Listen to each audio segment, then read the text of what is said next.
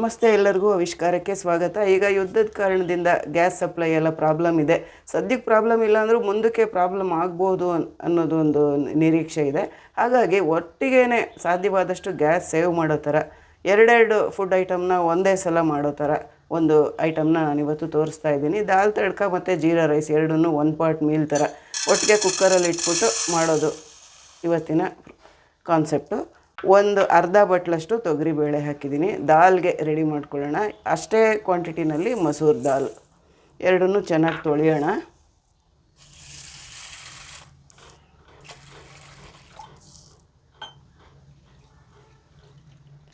ಎರಡು ಬೇಳೆಗಳನ್ನು ತೊಳೆದಿದ್ದಾಯಿತು. ಈಗ ಇದರಲ್ಲಿ ಒಂದು 1/4 ಟೀ ಸ್ಪೂನಷ್ಟು ಅರಿಶಿನದ ಪುಡಿ, 2 ಹಸಿಮೆಣಸಿನ್ಕಾಯಿ, ಶುಂಠಿ ಸಣ್ಣದಾಗಿ ಹಚ್ಚಿರೋ ಒಂದು ಅರ್ಧ ಇಂಚಷ್ಟು ಶುಂಠಿನ ಹಾಕಿದ್ದೀನಿ, 1 ಈರುಳ್ಳಿ, 2 ಟೊಮೆಟೊ. ಅದಕ್ಕೆ ಮೊದಲು 1 ಸ್ಪೂನ್ ಎಣ್ಣೆ ಹಾಕೋಣ. 1 ಸ್ಪೂನ್ ಎಣ್ಣೆ ಹಾಕೋದು ಯಾಕೆ ಅಂದರೆ ಬೇಳೆ ನುಣ್ಣಗೆ ಬೇಯುತ್ತೆ. ದಾಲ್ ತಡ್ಕಾಗೆ ಬೇಳೆ ನುಣ್ಣಗೆ ಬೆಂದಿರಬೇಕು. ಇದೆಲ್ಲ ಮುಳುಗೋ ಅಷ್ಟು ನೀರು ಹಾಕ್ತೀನಿ. ಇದನ್ನೀಗ ಪಕ್ಕಕ್ಕೆ ಇಟ್ಕೊಳ್ಳೋಣ. ಈಗ ಜೀರಾ ರೈಸ್ಗೆ ಅರ್ಧ ಕಪ್ಪಷ್ಟು ಅಕ್ಕಿ ತೊಗೊಂಡಿದ್ದೀನಿ. ಅಕ್ಕಿನ ತೊಳೆಯೋಣ. ಸೋನಾ ಮಸೂರಿ ಅಕ್ಕಿನೇ ತೊಗೊಂಡಿದ್ದೀನಿ.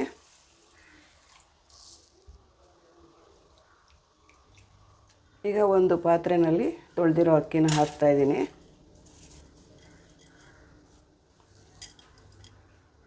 ಒಂದು ಟೀ ಸ್ಪೂನಷ್ಟು ಜೀರಿಗೆ, 2 ಟೀ ಸ್ಪೂನಷ್ಟು ತುಪ್ಪ, 1ಕ್ಕೆ 3ರಷ್ಟು ಪ್ರಪೋರ್ಷನಲ್ಲಿ ನೀರು. ಜೀರಾ ರೈಸ್ಗೆ ನೀರು ಸ್ವಲ್ಪ ಜಾಸ್ತಿನೇ ಹಾಕಬೇಕು. ಜೀರಿಗೆ ಹಾಕೋದ್ರಿಂದ ಒಂಥರ ಗಟ್ಟಿ ರಫಾಗಿ ಬರುತ್ತೆ, ಬೇಯುತ್ತೆ ಅಕ್ಕಿ. ಹಾಗಾಗಿ ಸ್ವಲ್ಪ ನೀರು ಜಾಸ್ತಿ ಹಾಕಿಬಿಟ್ಟೆ ಮಾಡಬೇಕಾಗುತ್ತೆ. ಉಪ್ಪು 1 ಟೀ ಸ್ಪೂನಷ್ಟು. ಈಗ ಕುಕ್ಕರಲ್ಲಿ ಇದನ್ನೆಲ್ಲ ಇಡೋಣ. ಈಗ ದಾಲ್ಗೆ ರೆಡಿ ಮಾಡಿರೋ ಪಾತ್ರೆನ ಇಟ್ಟೆ.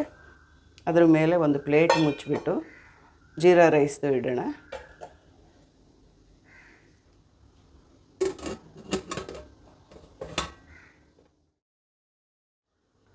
ಈಗ ಕುಕ್ಕರ್ ಇಟ್ಟಿದ್ದೀನಿ. ಇದನ್ನು 4 ವಿಸಲ್ ಕೂಗಿಸ್ಬೇಕು.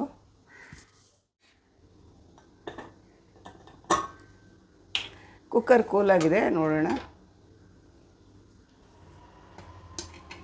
ಜೀರಾ ರೈಸ್ ರೆಡಿಯಾಗಿದೆ. ಇದನ್ನು ತೆಕ್ಕೊಳ್ತಾ ಇದ್ದೀನಿ.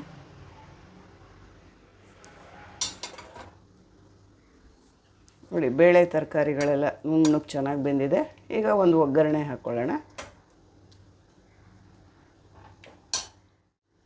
ಒಂದು ಕಡಾಯಿನಲ್ಲಿ ಸ್ವಲ್ಪ ಎಣ್ಣೆ, ಒಂದು 3 ಟೀ ಸ್ಪೂನಷ್ಟು ಎಣ್ಣೆ ಹಾಕಿದೆ.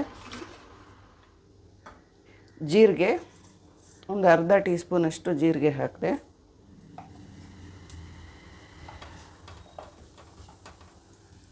ಸ್ವಲ್ಪ ಕರಿಬೇವಿನ ಸೊಪ್ಪು,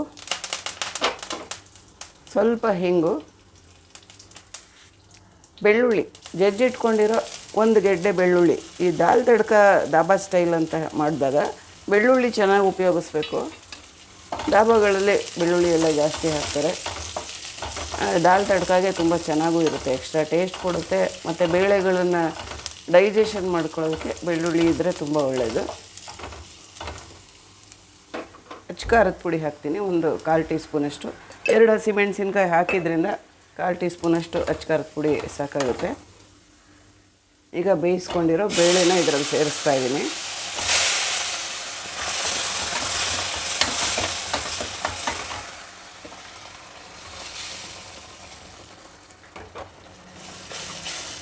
ಚೆನ್ನಾಗಿ ಮ್ಯಾಶ್ ಮಾಡಬೇಕು. ಕಡಿಮೆ ಉರಿನಲ್ಲಿ ಇಟ್ಕೊಂಡು ಇದನ್ನೆಲ್ಲ ಮಾಡಬೇಕಾಗುತ್ತೆ.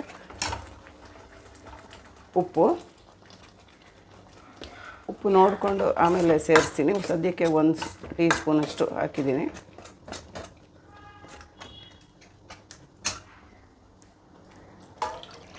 ಸ್ವಲ್ಪ ನೀರು ಹಾಕ್ತೀನಿ.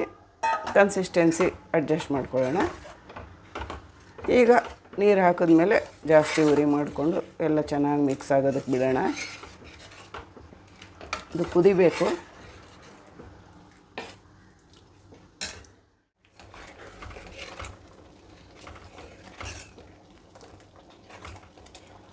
ದಾಲ್ ಕುದಿಯೋದಕ್ಕೆ ಬಂದಿದೆ.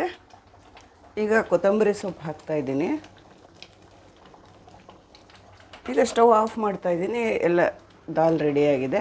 ಕಡೆಯದಾಗಿ ನಿಂಬೆ ರಸ ಆಪ್ಷನಲ್ಲು, ಬೇಡ ಅಂದರೆ ಸ್ಕಿಪ್ ಮಾಡ್ಬೋದು. ಟೊಮ್ಯಾಟೋನು ಹಾಕಿರೋದ್ರಿಂದ ಬೇಕಾಗದೇ ಇರ್ಬೋದು. ಸ್ವಲ್ಪ ಹುಳಿ ಟೇಸ್ಟ್ ಇಷ್ಟಪಡೋವಂಥವ್ರು ಸ್ವಲ್ಪ ನಿಂಬೆ ರಸ ಹಿಂಡ್ಕೊಂಡ್ರೆ ಚೆನ್ನಾಗಿರುತ್ತೆ. ಈಗ ಧಾಬಾಗಳಲ್ಲಿ ಮಾಡೋವಂಥ ದಾಲ್ ರೆಡಿ ಆಯಿತು.